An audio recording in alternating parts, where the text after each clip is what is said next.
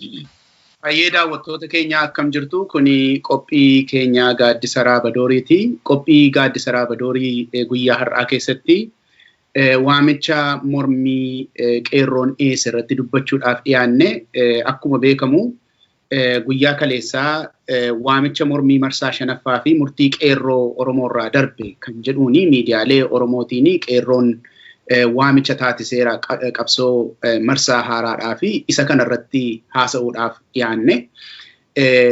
Guyyaa har'aa waa'ee qabsoo kanaa ilaalchisee wanti nuyi irraa haasofnu jalqabaa.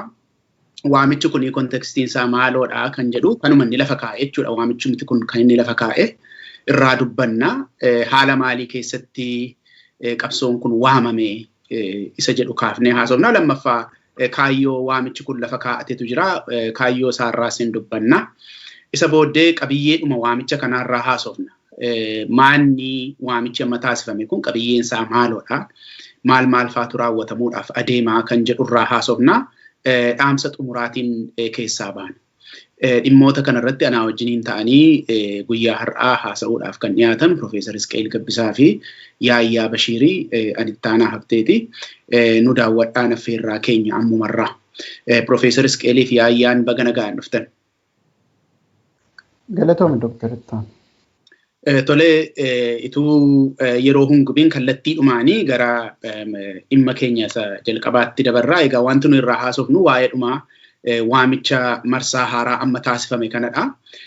Mee kontekstii isaarraa hakaanu haala qabsoon ammaa kun keessatti waamame wanti waamichi kun lafa kaa'e maayinni kan jedhurraa hakaanume. Wanti qabsoon kun waamameef jira kaayyoonsaa isatti booddee hin deebina. Amma garuu haala akkamii keessatti kan qabsoon marsaa ammaa kun waamame maalidha? Haala akkasii keessatti kan qabsoon ammaa waamame jedhee kan waamichi kun lafa kaa'e kontekstiin isaa maalidha? Mee Profeesar Isqeel sirraa ka'u. Galatoomittaa. Wanni haalli hin jijjiiramin jira. Haalli hin jijjiiramin jira. Haalli itti uummata jijjiirame jira. Haalli hin jijjiiramin Oromoon qabsoo dheeraa godhatee injifannoo argatee jijjiiraman argadhaa jedhee sochiin godhaa ture suni booji'amee Oromoon mirga qabaachuun akka irra hin jiru yaadi jedhamu biltsiginnaa keessaati bahu kuni hin jijjiiramne inni bubbuleera amma kun waanuma jirudha waanuma beekamaadha garuu Oromoon mirgumayyuu gaafachuun akka irra hin jirre mirga isaa gaafachuun akka irra hin jirre haala akkasii keessadha qabxiin tokko ka jiru. Inni itti aanee inni kunis waan baay'ee jijjiirame miti garuu itti jabaatee kan gadi ba'edha amma. Innis amma Oromoo ta'uutu yakka ta'e. Oromoon waa godheedhaan miti yookiis ilaalcha siyaasaa isaatu adda ta'ee miti. Yookiis sabboonummaa ilaalcha sabboonummaatii calaqqisaa sabaantummaa qabaayyuu miti amma. Oromoonuma ta'uutu yakka ta'e. Yakka ta'ee akkasitti farrajame. Oromoon diina ta'ee mootummaadhaa fi diina ta'ee farrajame. Oromoo ta'uun yakka waan ta'eefiti ajjechaan waa balleessitee kan jedhu hin jiru bara. Waa balleessitee waa gootee kanatu badeedhaaf miti diinattis farrajamtee miti garuu haasaadhuma afaaniyyuu afaan Oromootiin waaqan kadhadhallee maaliif jettee fa'iitii miti namni ajjeefamuu jalqaba. Afaan Oromootiin waaqa koo kadhadha. Nama tuqaan jirtu. Eenyuun yakkaan jirtu waaquma koon kadhadha gaaf jetteeti kan itti ajjeefamtu haala sana keessa galee kunis itti hammaataadha dhufe.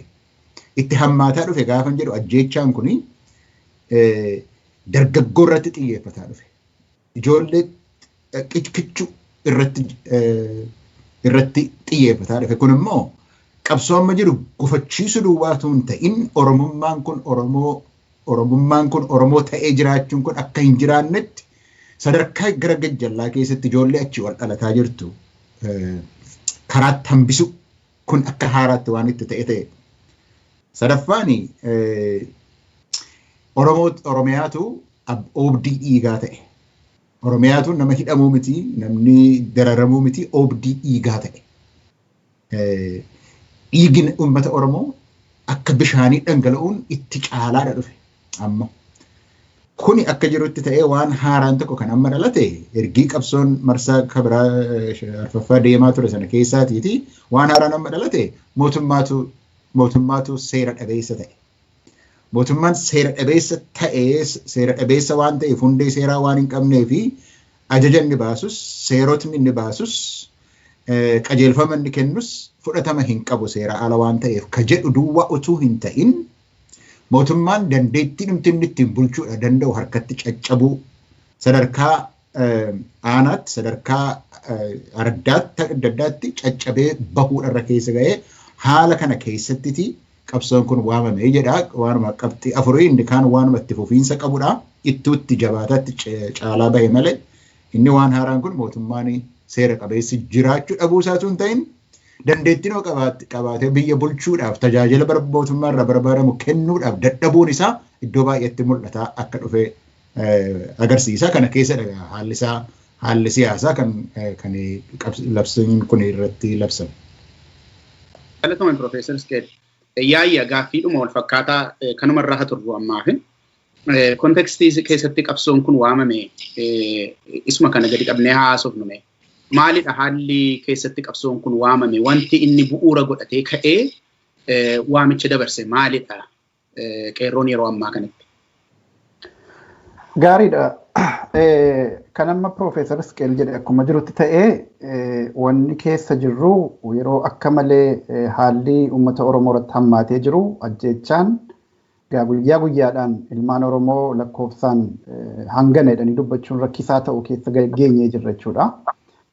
Yeroo baay'een kaasa bara duraanii waggoota murtaa'an dura ajjeechaan Oromoo irratti raawwatamaa turuun beekamaadhuma. Yoo xiqqaate yeroo sana nama du'e maqaa isaa beekuudhaan miidiyaaleen adda addaa kaasanii gabaasu turan jechuudha. Namni tokko yoo ajjeefame maqaan isaan beekama. Bakka akkanaatti ajjeefamee sababa akkasii sababni isaa yoo hin beekamne illee ajjeefame qaama mootummaatiin kan jedhu ibsame. Arra nama ajjeefamu maqaa isaayyuu lakkoofnee fixuu dadhabna kan guyyaa guyyaatti ajjeefamaa jechuudha.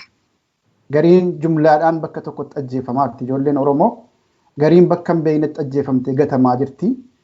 Ajjeechaan hinuma daangaa darbe jechuudha. Tokko kana. Lammaffaa hidhaadha. Hoogganoonni Oromoo paartiilee gurguddaa lamaan keessa jiranuu baay'een isaanii mana hidhaa jiru. Warri uummanni jarri kun na bakka bu'anii boortarii hooggananaa ta'anii kallattii natti agarsiisanii qabsoo kiyya naa qindeessanii jedhee abdii irra kaayyate dhiigni haaraan dhiigni dargaggummaa qabu hooggansa bilchaataa kennuu danda'u mana hidhaa jira. Hoogganoonni buleeyyiin ammoo mana isaaniitti qabamanii akka gadi bahanii hin dubbanne akka bilisaan hin sochoone godhamaa jiran jechuudha. Walumaa galatti lachuu hidhaadha. Haala hidhaaf ajjeechaan marfame keessa jira jechuudha sabni kun. Kana keessatti fallisaa maal ta'a qabsoo malee waan takka ta'anii murna aangoo irratti humnaan hafe kana irraa jaarsummaadhaan yookiin araaraan yookiin seera wayii olaantummaa seeraatiin jijjiiramni irraa eegamu.